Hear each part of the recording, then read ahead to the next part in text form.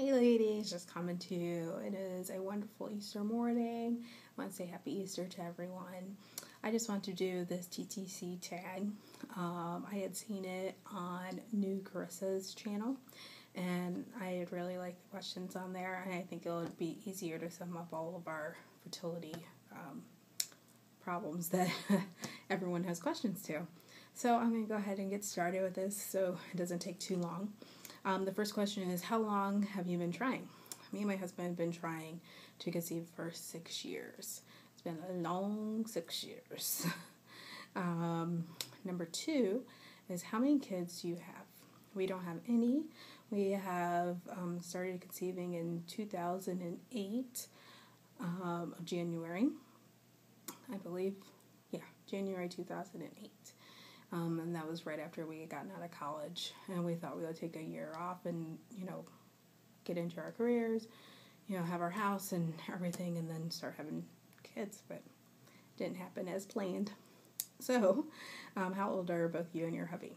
I am 31, and my husband is 33.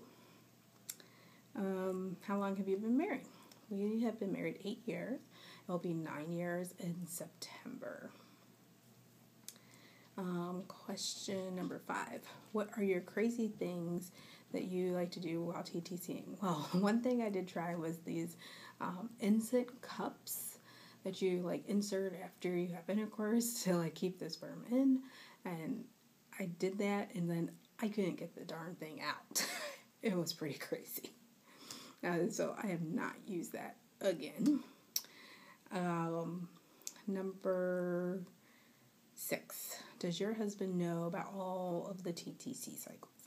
Just about, because it's almost like a job. You lose your sense of fun with any sexuality anymore when you're TTCing, because it's like you're on a time schedule, and a time restraint. It has to be done on this day, and it's just crazy. So it was kind of nice finding out that we had fertility, when we found out what exactly we had to be done, because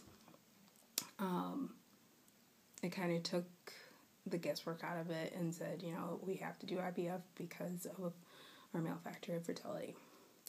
7 is, have you been diagnosed with any kind of infertility? I was diagnosed with PCOS, but I do not present as a normal PCOSer. I do have a cycle every month, every 28 days as scheduled. It was, before I got on metformin, it was every 28 to 32 days, but then the doctor said it should be more regular than that, so we did metformin, and it became every 28 days on the dot. I ovulate every single month, and then I think it's AMH number. They said for a normal PCOSer, it's above 3, in the 5s, and mine was 1.7, and the normal range is between 1 and 3. So ours was totally fine, which the AMH number measures your egg reserve, and for PCOSer, it normally is a lot higher because they produce so many cysts. So the only, all my lab work came back fine for PCOS, but the only thing that I had was the ring of pearls around both ovaries, and actually when they found it, my right ovary was full of cysts. And when they put me on the metformin, that's when my cysts, my right ovary began to shrink and the cysts started going away. My husband's diagnosis for fertility was low morphology. It was 15%, which was considered normal, and actually it's still considered normal. Now it can be as low as 5%, but we haven't gotten pregnant naturally in 6 years. So the doctor says the chance of us getting pregnant naturally would be a 2% chance. Even with IUIs, after they take out all the bad sperm and only insert the good ones, then that takes your number, we only have 15% really of good sperm. So it took it, if he had a 60 million sperm count that day, it took it down to, we had 18 million to insert. So it still took it down pretty low. So then after the IUIs, that's when they said, you must do IVF with ICSI. We have to do it with ICSI.